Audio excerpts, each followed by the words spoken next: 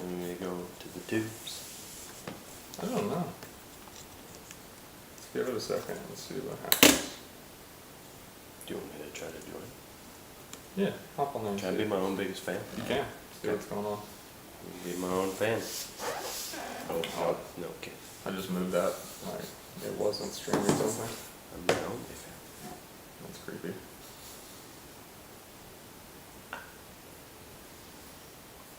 Pointman. Did you know that was a movie about Vietnam?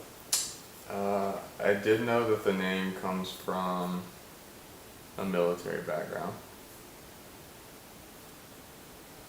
TC Pointman. Search instead for TC Pointman. Found it. Is it live? Alright, well. I knew that's going to trip me out. Mute that. Well, hello. Yeah, what's up? How are we? An odd episode of the Pointman Podcast. I would agree. Why not end the season that way? Right? Then on this weird Going full circle. streaming, no In our mother's house. camera. Yeah, because it's the only quiet place we need to go to. You know. Tonight. But why not finish the season like we started with no camera skills and probably mediocre sound. Turn it up for a second. Let's just hear what it sounds like. No, not on your phone again. That's funny. See what's going on here. Let's see what we got. There's a whole lot of muffler. This sounds good. Mute one. Just one. One? Yeah. No, it's the clear button. Yeah, there you go. We're muted. It's a little bit of that like sound. That's one thing I picked up in this limited recording knowledge that I've had. Yeah. Is that we've got a open line is what the professionals call it. An open line. Interesting. Yeah. So in my lack of technological ability, I failed to figure out how to live stream. So this is the first time I've ever live streamed anything. Same. That wasn't just like a Facebook Live for like a minute and a half. See, I've never done one of those yet. So this will be interesting. I don't really know what to expect. I've never been live. Live. So everything you say is just Oh boy. is out there. Oh boy. It's out there. But the good news is that even when we do recorded episodes, we do very little editing, and we do next to no like removal.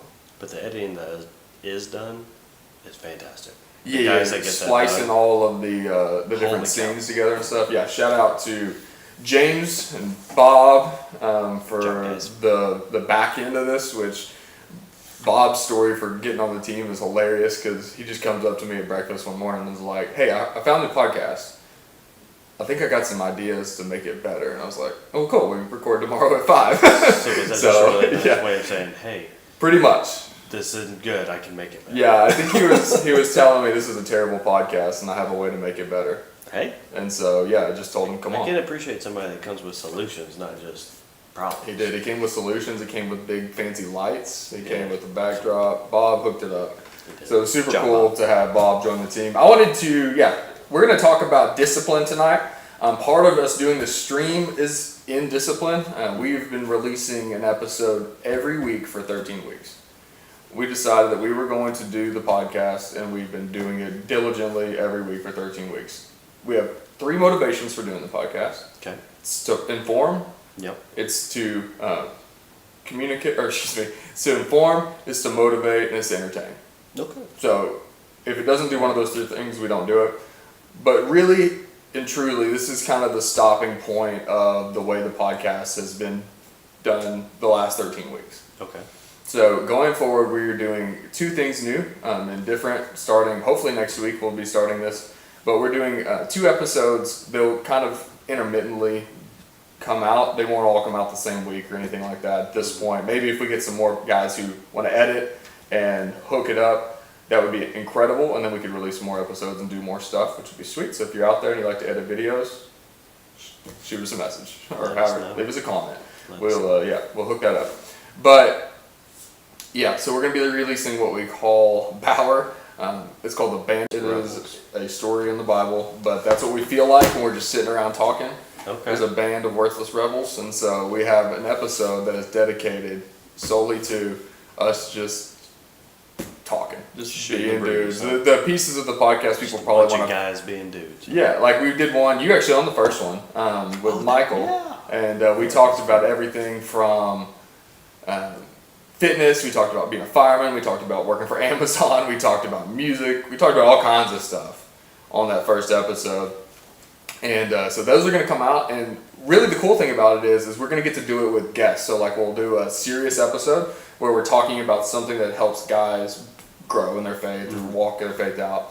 But then we're going to do that episode with our guests that we have, and it lets us get to know more of the guys that are in Pointman, and get to know more of the guys who are involved on serving teams inside of Pointman or at the church in different places. And so it's going to be a cool way to get to know guys on a little bit better level. We have tried to input some of that in the way that we've talked to guests up to this point, but it's going to be very kind of more focused in that way going forward. Gotcha. We got some new guests lined up too. So we've got an episode already recorded with Parker, who is a previous guest and an awesome dude. He runs the recovery ministry at that church.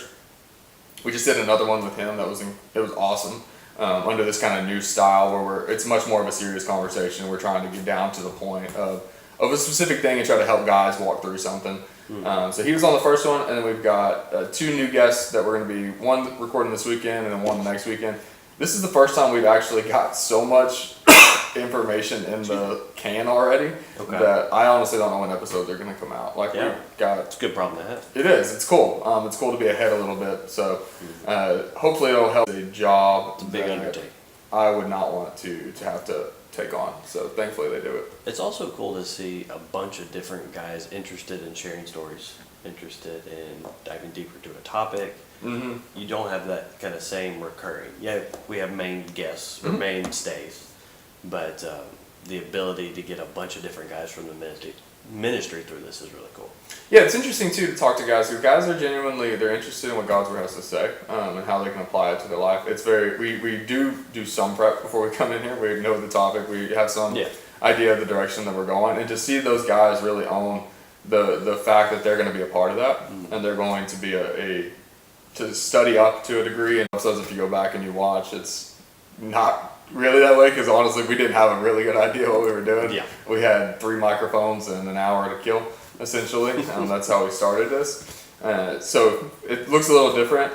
And before we get into tonight, I just wanted to shout out the guys who've been a part and going from 0 to episode 13. This is 14. We're streaming, so it's going to be a little different. But we've got Bob and James and Josh who are behind the camera. They're really kind of orchestrating, keeping the lights, keeping us on track at times, making sure the cameras are working and all that. I actually have no clue how to do any of this stuff. Us setting this up without them tonight was a pain in the butt. Oh yeah, it could have been a TV episode on something. Frankly, we're still not sure any of it's working. We're just kind of rocking with it because the YouTube says we're live, so we're going for it. There it is. And I know we're on an opposite stream. I've tried to delete the wrong one, but it's not letting me for some reason. So we're just all kinds of going on right now. Well, we're making it happen. What's up, Bob? What's up, Josh? I see you. We're making it happen. Yeah, we're going to make it happen over here. So if you're watching and you have a chance, share the stream we're on so that people know where we're actually at. Yeah, that'd be great. So, but yeah, Josh, Bob, James behind the camera, Luke and Shane. Thanks to Shane for stepping up and really kind of jumping off and diving in on the front end to get this thing rolling. And Bob just texted me the mics aren't connected correctly. The mics aren't connected correctly. Let's see if we can fix that. I knew we were going to screw up something. You could have just commented that just to our ignorance there, Bob. Just cause your audio skills are so much better than Miami's decision making. I think I found it. Oh, Jake's talking crap about Miami. We're just gonna rub some salt in a little bit. All right, is that better? Someone give us a thumb up on that, or where are we at? Is that better? I'm connected now. Wait for the text or the comment. Waiting on a comment. This is where half the people tune out. Yeah.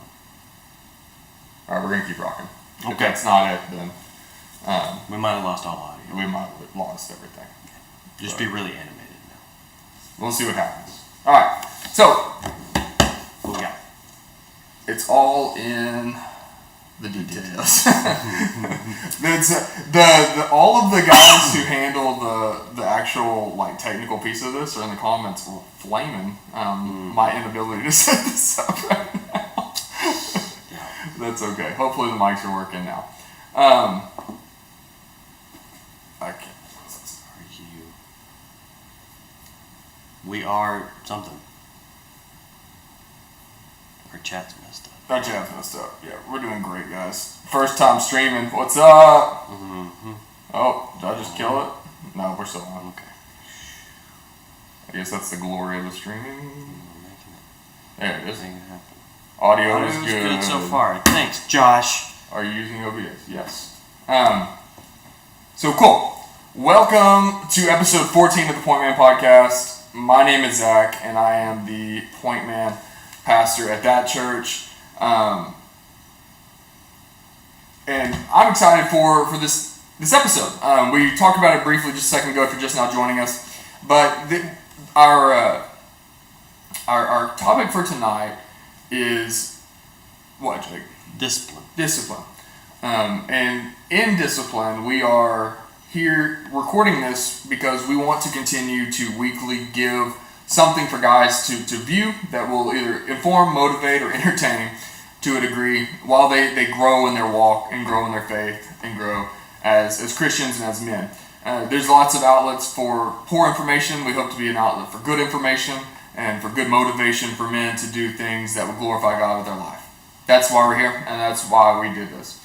But tonight we are talking about this topic of what it looks like to discipline yourself, to be a man that is working diligently to glorify God in his life and to live a life of faith that would present God in the way that he exists. Mm-hmm. Luke had a great comment early on in one of the early episodes that you may be the only Bible someone gets to read.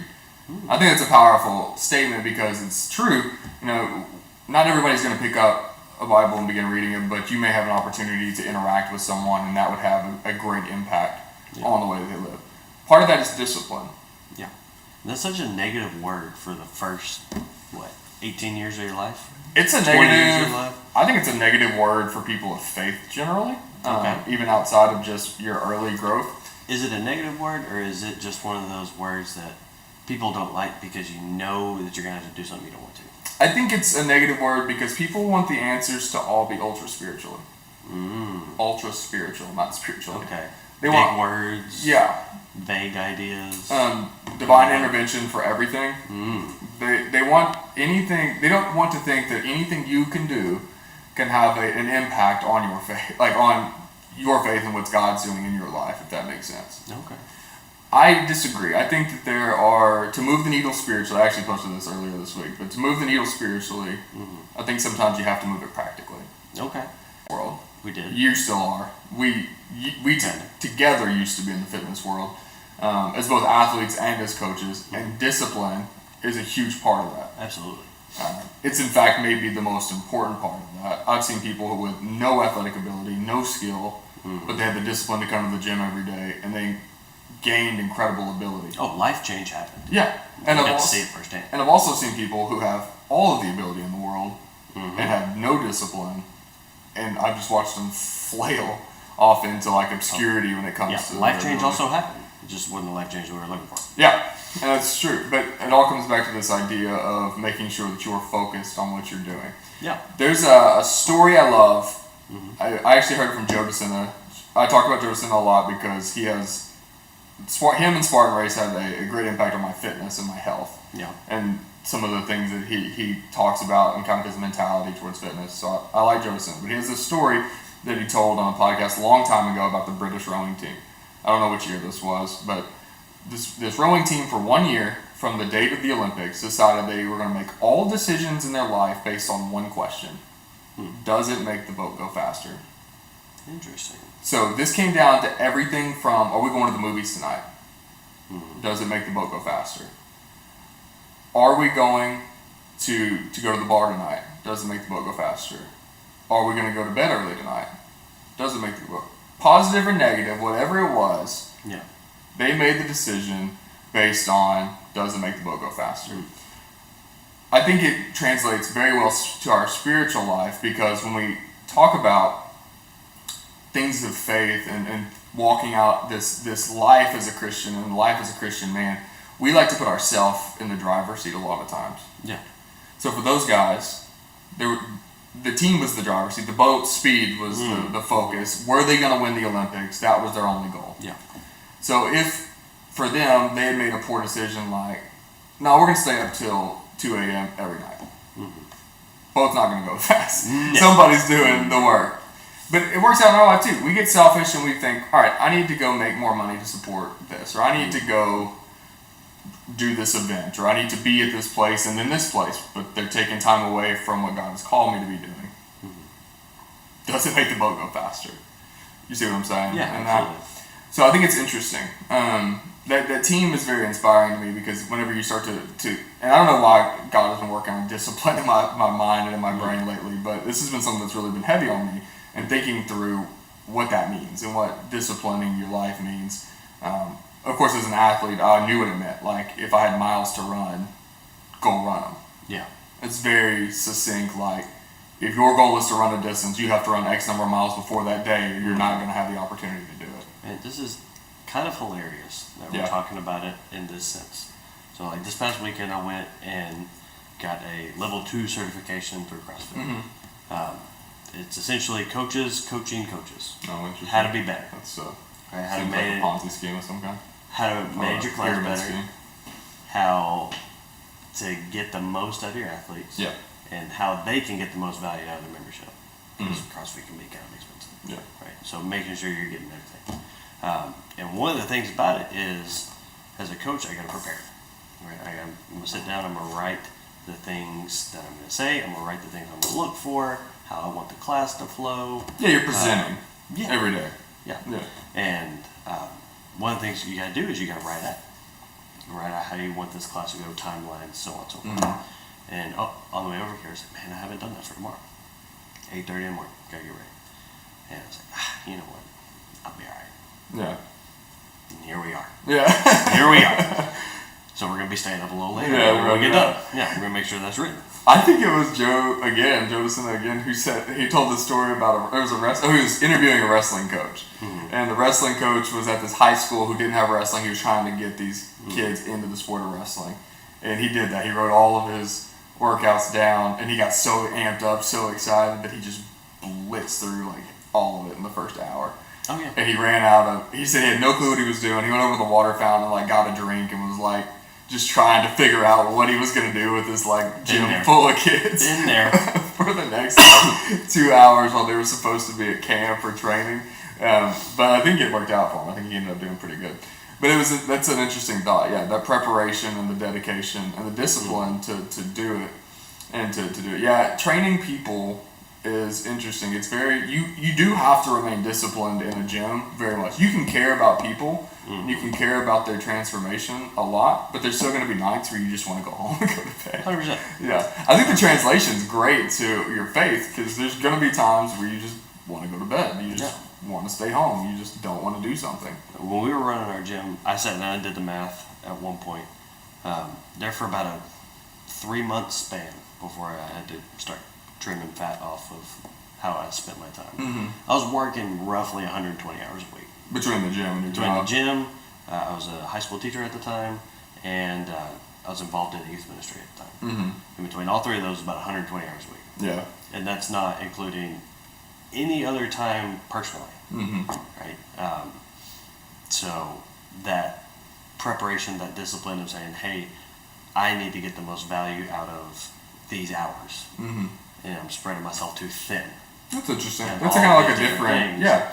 I'm not disciplined enough to actually line out what's important to you. Yeah, that's exactly. a different way of looking at it. Yeah, I didn't think about it from that angle of like, you can get going in so many things in so many directions because you feel like you need to be a part of everything. And you're in fact a part of nothing at the end because you're just beat from everything. Exactly. Yeah, that's an interesting thought. I didn't think about it that way because in my mind I'm a very like forward goal momentum thinker. And so like if my goal is to run a distance, that's what I'm going to do. It's like if everything else in the world crashes around me, But you're going to get that. I'm going to do that. Yes, Yeah, I've seen. Which I think that's part of, but I think that's a skill of being disciplined too. Is that Yes. sometimes you have to push what's not important to the side, and we create in our mind what's important. We create that totem pole of our life, Yes. where we decide if this thing is more important than another. The problem is for many people, and especially men, is that Jesus is very rarely the top of the totem pole that leads their life. Very rarely. Very rarely. Hobbies take that place. Jobs take that place. Whatever. Money, sex, drugs, alcohol, those things begin to become more important, and they push what is important down the totem pole, either intentionally or unintentionally, which for some reason for men that is much more of an issue. It seems like that's something that really plagues guys. I think that's why we see about half as many men showing up to church as we do ladies because of that. So I also want to throw this out there. You know, you got guys that work extremely hard to provide for families, provide for themselves, set up a good life, so on and so forth. No doubt. Would you say that it's kind of hard for them to give up that credit? Oh yeah, I worked yeah. for That's this. good. Yeah, that's I good. provided for this. I did it. Yeah. You know, I can't turn that over and say, no, you know, my Glory be to God. Yes, glory be to Yeah. God. You know, besides that 5-second snippet in the post-game interview. Yeah. You know what I mean? Yeah. There's Yeah. That's interesting. you can be so disciplined, you can do all of the things, and then whenever you do get that recognition or you do see it pay off, right, that hard work paying off, it's okay. Yeah, I did that. Not these avenues were provided for me through Christ. Right. Yeah. Yes, I do think that is a big problem. I think that is a problem. Am I starting a rabbit hole here? No, I told a story. One of the first times I ever spoke at Pointman about the night that I tried to run 100, and I had tried before in a very like me-centric way. Like I'm gonna do it. I'm gonna win. I'm gonna train. This is my time. I'm gonna do all of these things. It failed miserably, atrociously, imploded immediately. Excuse me. This time, I went back and I had, for months, part of my discipline and my training and my diet and everything was my mindset on how I was going to approach the race. And every day I prayed for humility throughout the event. I knew I was losing the weight I needed to lose to be competitive. I knew I was eating what I was supposed to be eating, like down to the gram of whatever. Yeah. I was so dialed in on all the aspects of it, but I knew that if I got in my own head that my ability was only going to take me so far. That God, and I needed that intervention of like this. I can't do this on my own. I need a crew, and I need something that I'm held accountable to. And so every day I prayed for that humility in that event and in that endeavor. When I failed in that endeavor was when I felt like I could control the end of the race. I had done well all night. Yeah. I had done well, focused on I saw it. everything saw was that going the way it was supposed to. I had my focus in the right place. I even was like singing hymns and praying while I was running. This is not a lie. I was probably the most obnoxious person around the loop. But I was in all those things. And the moment that I failed was whenever I saw my competitor start hurting. Because there's only one other guy who was really competitive with me at the time. I don't know where this other guy came out of nowhere. But there's only one guy who was competitive with me, and when I saw him start hurting, and I felt good, I got in my own head. I got the ego, like I got this. I can do this. I lost the discipline. In that same time, I lost my diet. I started eating just whatever I could get my hands on, and which caused me to get sick in my stomach. Yep. I didn't change shoes because I just thought, oh, I can keep running fast in these like race shoes. I don't need soft shoes. Like all of the things I had planned, all of these things, my ego And took you had over. it out. Like you. Yeah, I knew exactly what I was going to do. I was ready to run. We talked about it. Yeah. It was not like, this was not something I thought of on Friday and like loaded the car on Saturday. I had spent months getting ready to go to this race. But yeah, as soon as I took it upon myself and I lost that humility and I lost that discipline to run the race I was supposed to, I was trying to tack on miles. I went from like, all right, the goal's 100 to we're running 120 and I'm gonna win. Like it was like everything switched. Yeah. And it was because I had lost that discipline, because I had changed my focus and my view when I was trying to accomplish and the reasons I was trying to accomplish it. Discipline is huge. Oh, 100%. When we're talking about our faith and our walk, it's huge there too. When we can be dedicated to it. The lifeblood of any church is the faith of a new believer. Great glory. But it's like, that's such a true statement. Like, I talk to guys who've just been saved, and I'm like, yeah, that's cool. Like, that energy that they come into the room with, and they're talking to everybody. They're not scared to share their faith with anyone. You almost see them buzzing. Yeah, it's incredible, but it's true. But then, for some reason, we lose that passion at times. And we have to be disciplined to not. Yes. And that's where I think we get so wrapped up in the spiritual that we lose sight of the practical. And sometimes the most spiritual thing to do, I think, is to have a practical solution to your Bible study, to your prayer life. Yes. Be focused in getting into your Bible on a daily basis. Set a timer at 6 a.m. And go read your Bible at 6 a.m. Whatever else is going on, stop and go read it. Before you get coffee, read it. You might doze off halfway through if you're not a 6 a.m. or without your coffee.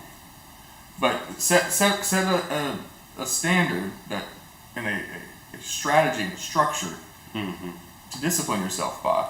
There's a reason that like weightlifters go in the gym at the same time every day because it's the time they lift weights. Yeah. Like they're very focused on it. They know what time they're going to be done. They know how long a set's going to take. Like you get to the point where, and you can feel it too when you're sitting on the bench. If you hadn't gotten up and taken a set in a while, you're like, hell, this is going to hurt. Yeah. Oh, yeah. Yeah. Big time. But it's a discipline thing. Yeah. No, I talk to a lot of our members or clients where 2 days turns into a week, turns into a month. It happens really fast. And whenever they come back, that first workout back, whenever you do CrossFit, hurts so bad. And it could be something that you did 100 times before. Unless you got a point to prove, which It's not. It still hurts, but it's more fun. you could have done the movements. You know how the movements feel. You Yeah. know what you can lift, so on and so forth. But that it hurts, and I tell them it's going to hurt for the next 2 weeks, and you have to be committed to get through those 2 weeks, and it gets better because that habit's established. Your body's adjusted to it now. Yeah. Right. You can You can eat handle that intensity. Yeah, and then because you're focused. things start falling Yeah. together. My water goes up. Mm-hmm. Right. My Wingstop trips stop. Sometimes. Sometimes Wingstop's just fire. you know. But yeah, that's how you get to the point. Like me, my wife, you, if you miss a couple days or something like that of physical exercise, you feel gross, right? So it's, oh my gosh, I gotta go do something. I gotta move. I gotta go walk. It's like something. If there's a CrossFit term ever, it's like I gotta go move. Yeah, today. I'm moving today. I'm just moving. See something heavy outside, I gotta go pick it up. Yeah, I just gotta get on this bike and move a little bit today. That's definitely a CrossFit thing. Yeah, it's true though. But you're talking about, you just illustrated this idea of hierarchy of like what's important in your life. Because whenever you care about your personal health, your fitness, then you care about your food, and you care about your water, and you care about not making the bad decisions. Whenever you prioritize your spiritual life in an appropriate way, then the other portions begin to fall in place as well. Absolutely. If your relationship with Jesus is in the right place, then your relationship with your wife falls into the right place. Your relationship with your kids, with your church, with your community, all these things begin to fall into the right shelving, if you will, of faith. Same as with your fitness. I think there's great connection between fitness and endurance and one, just being human, but two, for sure our spiritual life and the connection there. Absolutely.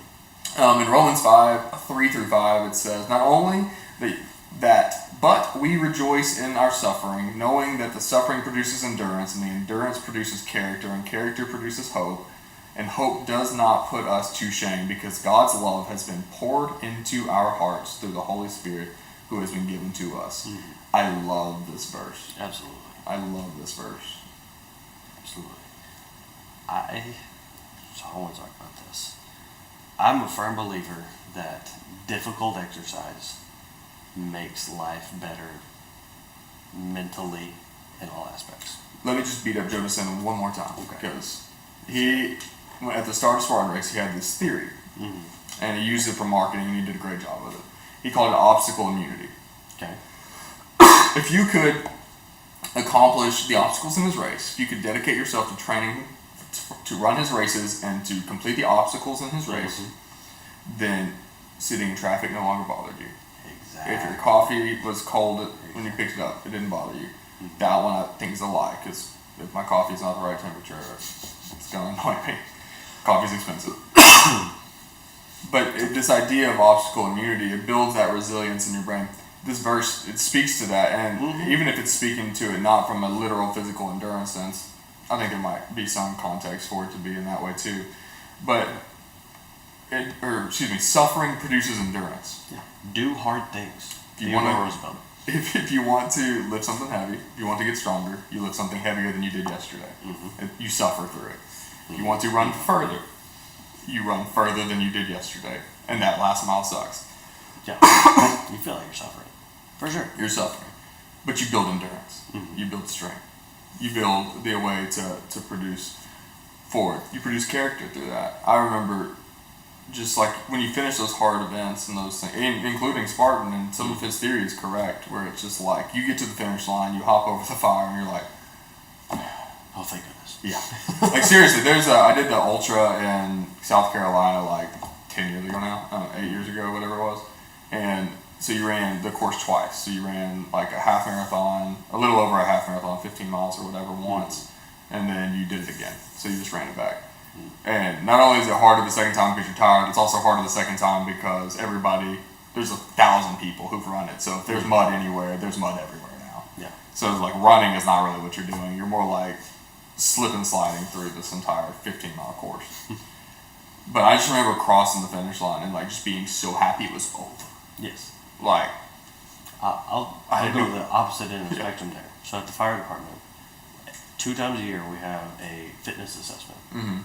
And you have to get fully geared up, and it's I think it's like a 10 or 11 station test, and you're timed, and you have to you're going as hard as you can through all 11 stations.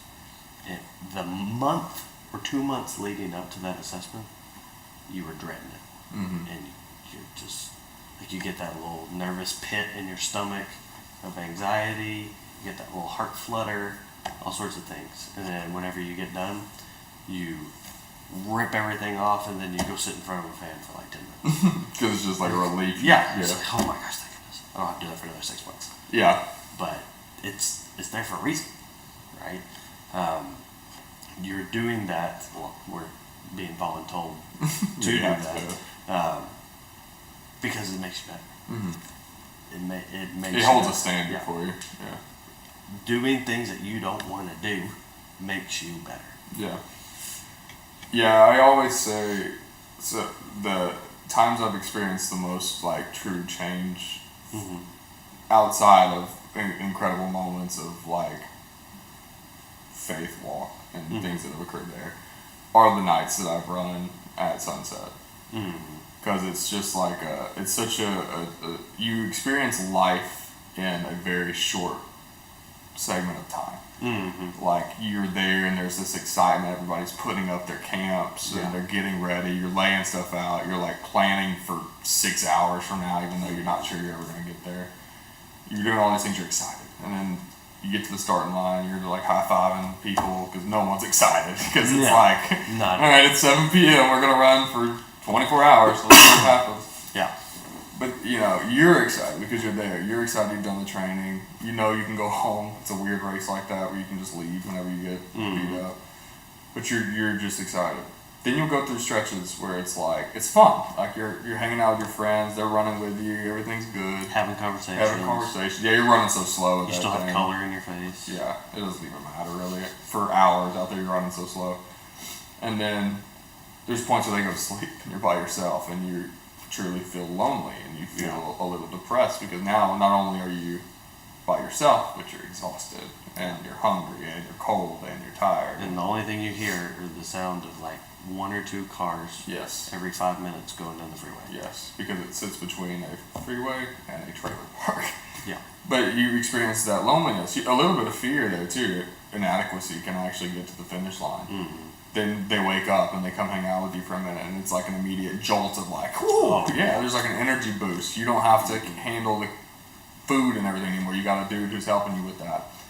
And then you either get to the end or you don't. Like, you get to experience success or you experience failure immediately. But isn't that a great example of your spiritual walk?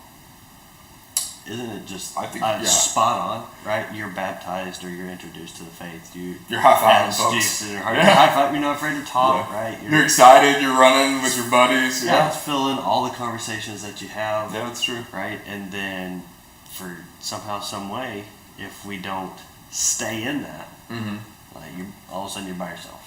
Or you're at work and you got that active aggressor towards Christianity. Right? And you're kind of alone, you might feel down, you might feel depressed, and then we get involved in the ministry, right? Midweek, Pointman, what have you. Serving team with the church. Right, and it's that jolt, because now you're with that group, got that dude and they can help you. I can't think of a better explanation. That's great. Yeah, that truly is great. And yeah, I think that it's a great, and if you've never experienced that kind of run or that kind of self, like, you have to figure this out because you're going to be here, you're going to fail. Having people with you to do it is, one, it's an incredibly uplifting thing. It helps you. But two, it keeps you disciplined. This is like, it's somebody that is keeping you accountable to do what you were supposed to do in the first place. When I'm running by myself, I'm not paying attention. I don't want to look at my watch every 10 minutes. That's somebody else's job whenever they're running with me. Yeah. My job is to keep moving forward. Like, there's there's like a fun part where you're actually running, and then there's the part where it's like, survive this. Yeah. You keep moving, and then the finish line comes when it comes. And you got that group of people there that you don't want to let down. Yeah, there's people who've invested time and energy and money, and exactly. So they're sitting in the cold in a chair waiting on you every 10 minutes. Yeah. They're counting on you. And to tell them whenever you're done is gutting. Like, oh my gosh, the worst feeling ever. I've had to do it 3 times now. And then that walk back to the car. It's more like a wobble. But Well, yes, that's true. The wobble back to the car is extra slow. It's like, man. Yes. And then you're going, racking your brain, trying to figure out what happened, and so on. Until the next time you signed up and you get ready to roll again. And then you call all your dudes and you start building a team because you want to go back and do it. And then that discipline comes back into play because you have to get ready. And that's, for many of us, that's it. But, if we can stick to a community, that's why in our Pillars class we read the story of Daniel. And if you've heard enough of these, you're going to get tired of me talking about Daniel. I just think it's incredible for men. Yeah.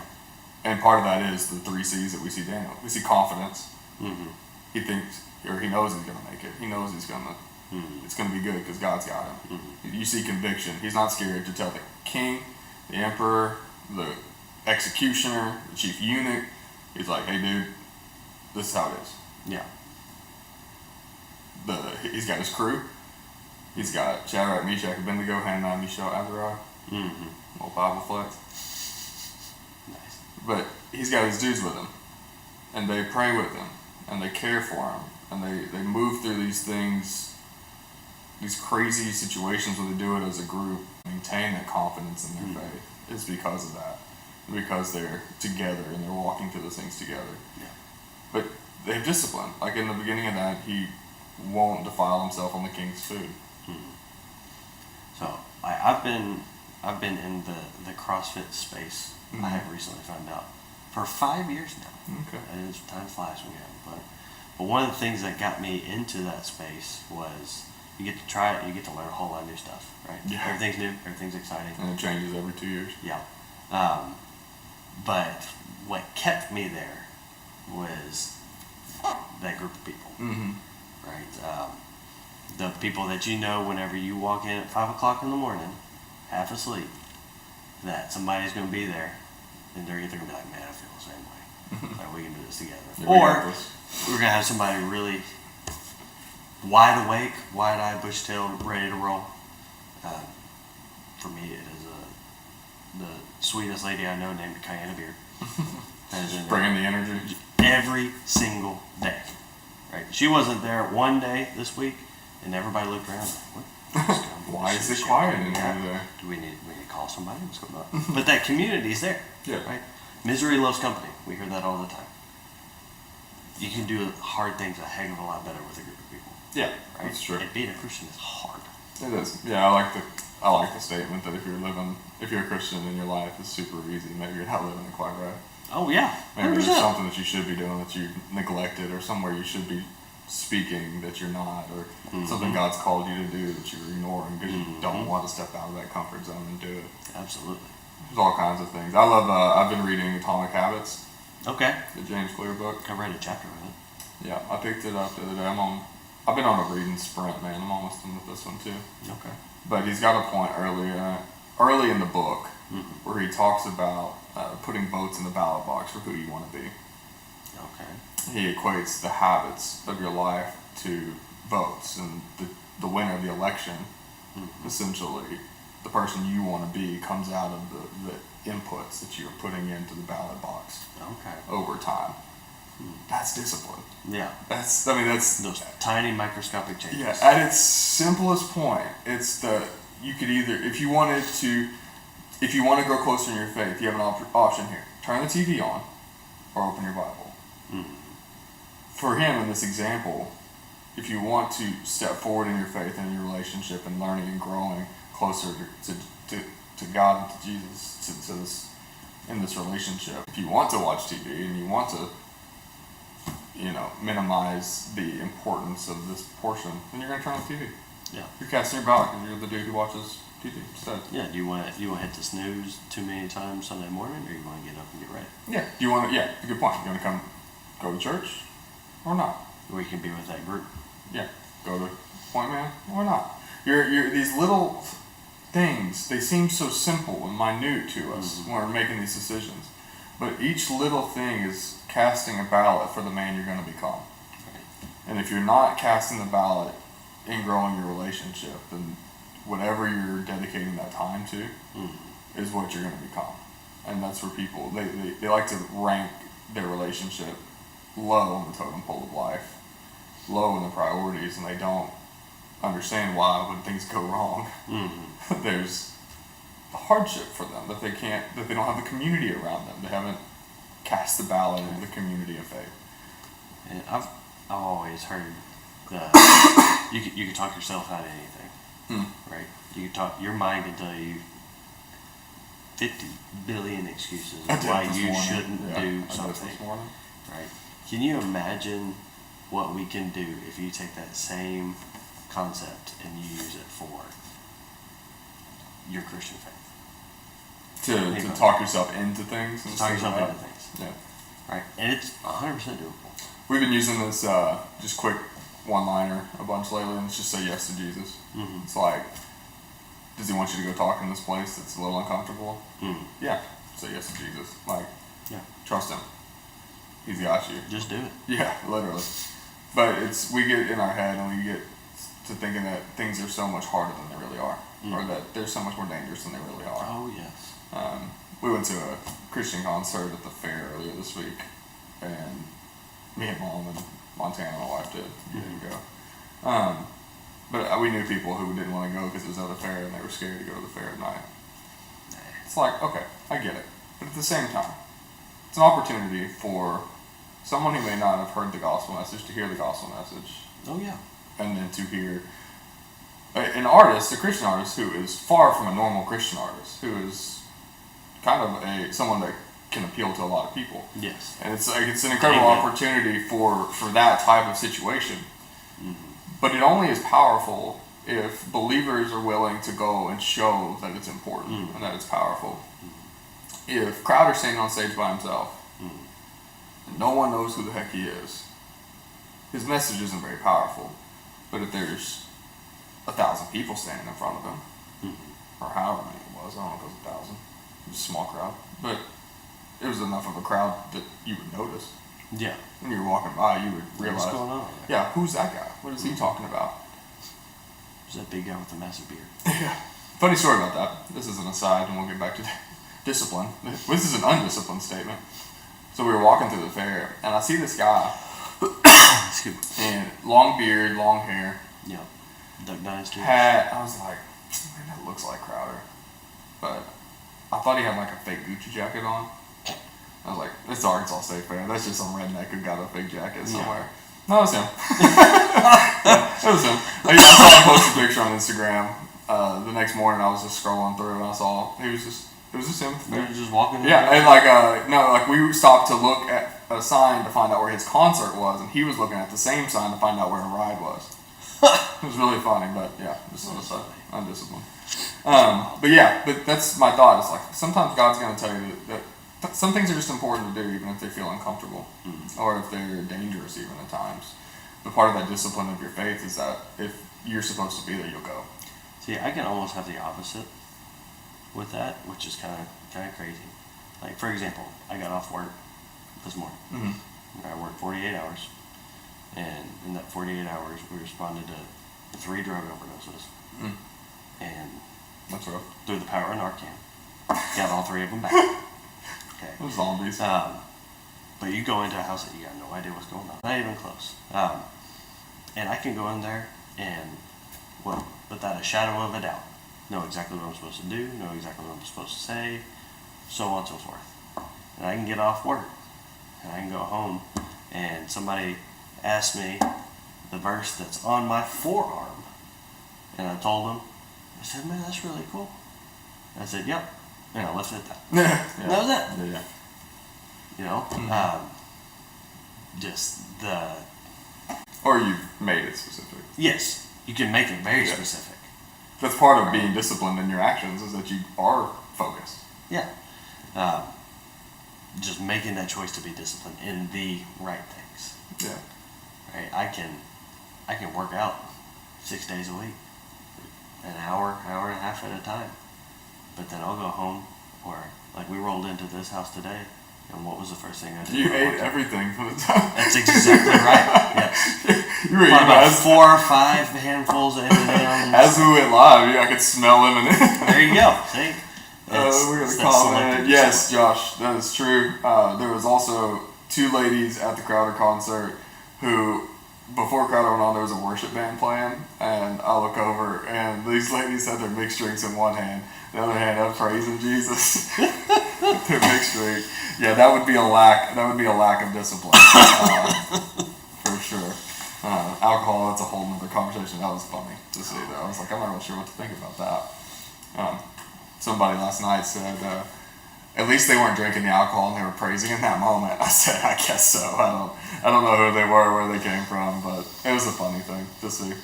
But yeah, it's true. That's true. And I think part of the discipline is paying attention to your actions, your conversations. Like, even I think we're around a lot of believers. We're around people at the church a lot. We're in Bible studies. We're doing stuff, talking to people with faith. We're doing podcasts about the Bible with other people who've read the Bible. Mm-hmm. So when we go out in the real world, we lose sight of the fact that not everybody knows it. Mm-hmm. Not everybody's read it. Even a lot of, I think it's like less than 8% of Christians who attend church regularly, being like twice a month, I think. Like 8% of people who go to church twice a month read the Bible. Wow. So to even think that people inside of the church every Sunday are reading their Bible is just kind of it's not a true statement. You can't say that just based on the stats. But when we talk to people, we still perceive it like, oh yeah, they've read the same stories I've read. They have the same book I have. They talk to God the same amount that I do. It's not true most of the time. Most of the time, if you're studying and you're growing in your faith, you're disciplined in those actions of prayer and building that relationship with Him through His Word, you're an outlier. You're not the norm, the conversation. The discipline isn't there for most people. Yeah. Bible study is, it's interesting lately. It seems like men are much more focused on their Bible study. It has become a very important thing for them. I joked the other day, we do like fun outings at times where we'll like go bowling or we'll go, I don't know, play disc golf or shoot. Just go play paintball or something. Ooh, I'm not on paintball. I'll let y'all have that one. But we do all these fun events, and we get like 5, 6, 7 guys to come out to these, which is fine. That's fun. That's what they're there for. It's to like just connect with a small group of dudes and do something fun. But I would be challenged by this, but I think if we held like a Pot and Fire and Bible study, there'd be 50 guys. Because I think that there are, I think guys are hungry for Bible study. They're hungry for that like next step in what God's Word has to say.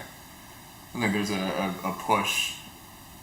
It's not even concerted effort from the front as much as it is just, I think, an internal dialogue with people. Data to back that up. We've not even tried it, but Yeah. I just feel strongly that if we did something like that they would come. Not that we won't, but just it's interesting. But I think themselves. Before we get out of here, let's give some practical takeaways from this conversation about discipline. Okay. First thing is let's find a time where we're going to read the Bible. Write it out. Yes. First things first, though. Let's find the time we're going to read the Bible. If it's at 6 a.m., let's do it at 6 a.m. every day.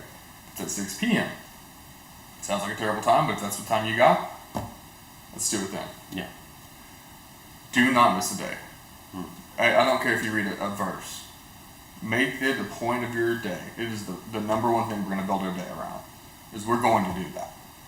We're going to read that. If you have time for more, read more. But read something. Second thing, get a journal. Dudes, it's okay to have a journal. Yep. Get a journal. Yeah. Write down your prayer requests. You can, two things it does. One, it centers you to focus on prayer. It centers you to focus on the things that you really and truly need to be praying for yourself, for people, for your family. Write them down. Every day, rewrite them. I'm amazed by just the connection you have with other people whenever you know what's going on. And you don't know what's going on if you wrote it down in January and haven't followed up, and it's October. There's no connection, there's no update there. Every day, move it forward. See the resolution. Good or bad, see the resolution. Watch the faith walk play itself out in real time. Write those things down, carry your journal forward. Write down what you've learned in your study for the day. If it's a verse, what stood out to you about that? What is going on in here? There's little things that I pull all the time. Like we've been studying Philippians in community groups. There's a verse in Philippians 1. It's kind of subtle, honestly, where Paul talks about the guard and the boldness the guard has for his faith. If you're just reading through it, you might run right past it. But if you're going to write down what you learned today, things like that stand out. Yeah. Which is an interesting, because he has no faith. And now he's bold in his faith from Paul being handcuffed to him, essentially. So, and then talk to somebody about it. Part of being disciplined is the accountability that goes along with it. We talked about it in fitness. If you miss your community, things change. If you're running a race and you don't have a crew and you're on your own, things change. A community of people that are pouring in and helping invest in the similar. Yeah. So, read your Bible. Pick a time. That's the time we read. That's the discipline. Get a journal. Write your prayer. Big difference. Proven. 7 times more likely to remember it. And then get a community. Pointman is here. That's why it exists. Is for men to grow together, to grow closer to God. The community, it's easier to do all these hard things. It's easier to stay disciplined. It's easier to be held accountable. All these things form out of this community and what it can give to you, and then what you can pour into other people. The ability to serve others is powerful. You'll see great life change in your own life, selfishly again, even though you're serving someone else, at the same time as your life being changed by the way people are pouring into you. Get plugged in. I said it the other day on with people. If you're not growing with people, they don't know to come help. They're unwilling to meet with and grow with people. How are they supposed to know? They're not going to. I mean, they can't. So, get in a community. 3 steps for discipline. Read your Bible. Write it out. Get with some people. Yeah. And comment here what time you're going to do it. How about that? Ooh. Challenge. Comment what time you're going to start doing this. Oh, that's a practical step right there. Yeah, it is. It holds you accountable if I go back and read comments. But But that full circle moment. Nice. But yeah, so this is the end of season 2 of the Pointman Podcast. Next week we will be rocking into our new era of having 2 different shows rolling. Again, we're all in the comments just telling me all the things that are wrong with the screen. which is great because I'm learning. I got new software, new connections for microphones, all kinds of crazy stuff going on tonight by myself. But that, yeah, we're gonna be kicking off next week. We got cool guests, so if you're not subscribed, subscribe now. Promise it's going to be something cool. The conversations we've had with people going forward are they're cool. We've had 2 recorded right now. We've got 2 guys coming up, and a third that we're gonna get scheduled. All with crazy cool stories, all growing in their faith. Guys who've been Christians for a long time, guys who are brand new, what those walks look like, how things like Pointman have impacted them, how their Bible studies go on, questions they have. We're going to get into some like Q&A on that. And then we are actually launching a series. We recorded the first 2 episodes for this through the podcast about sharing your faith. Guys question, they'll be coming out soon, and then we're going to do 3 more on just sharing your faith. How to have the confidence and not be scared to do it. What the Roman road actually is. Like, you hear this time, well, if you've been in church long enough, you've heard someone mention the Roman road. What is the Roman road? It's a pathway you can walk through Scripture to walk someone into what it means to be saved. How to build a testimony. Yeah. But how do we take it from life story to 5 minutes that someone's actually paying attention? We talk about it. When's the appropriate time to share your faith and how to do it? Is it okay to just run into the room and be like, praise Jesus, and then run out? Like, is that helpful? What does that look like? When's an appropriate time, and then how to do it? When it's finally time, when it's finally open, what are we going to do? What are we going to say? Let's get real practical about it. Let's talk about it. So that's the next couple of weeks on the podcast. We will be back with recorded episodes with people who know what they're doing, who are running cameras and microphones, and making sure that this thing is running professionally, at least as professionally as we do things in Pointman.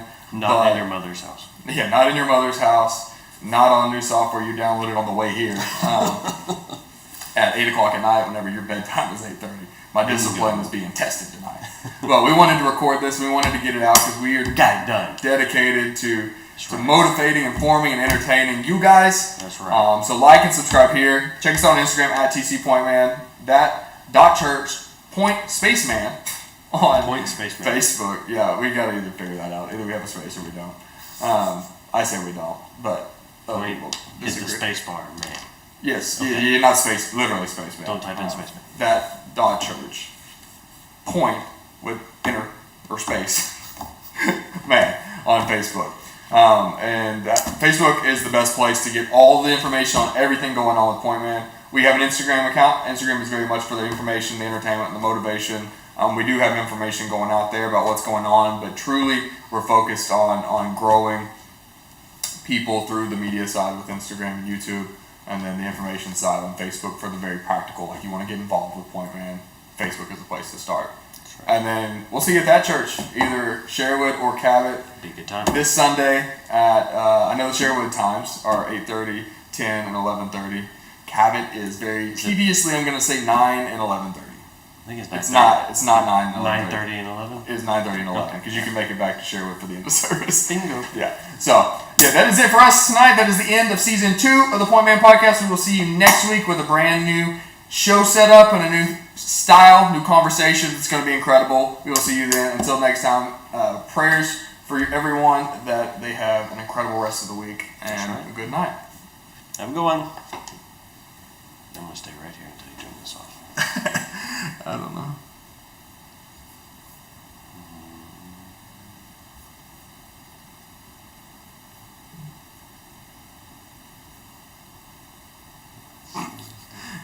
Waiting. I don't know. No. Here's a big sign that says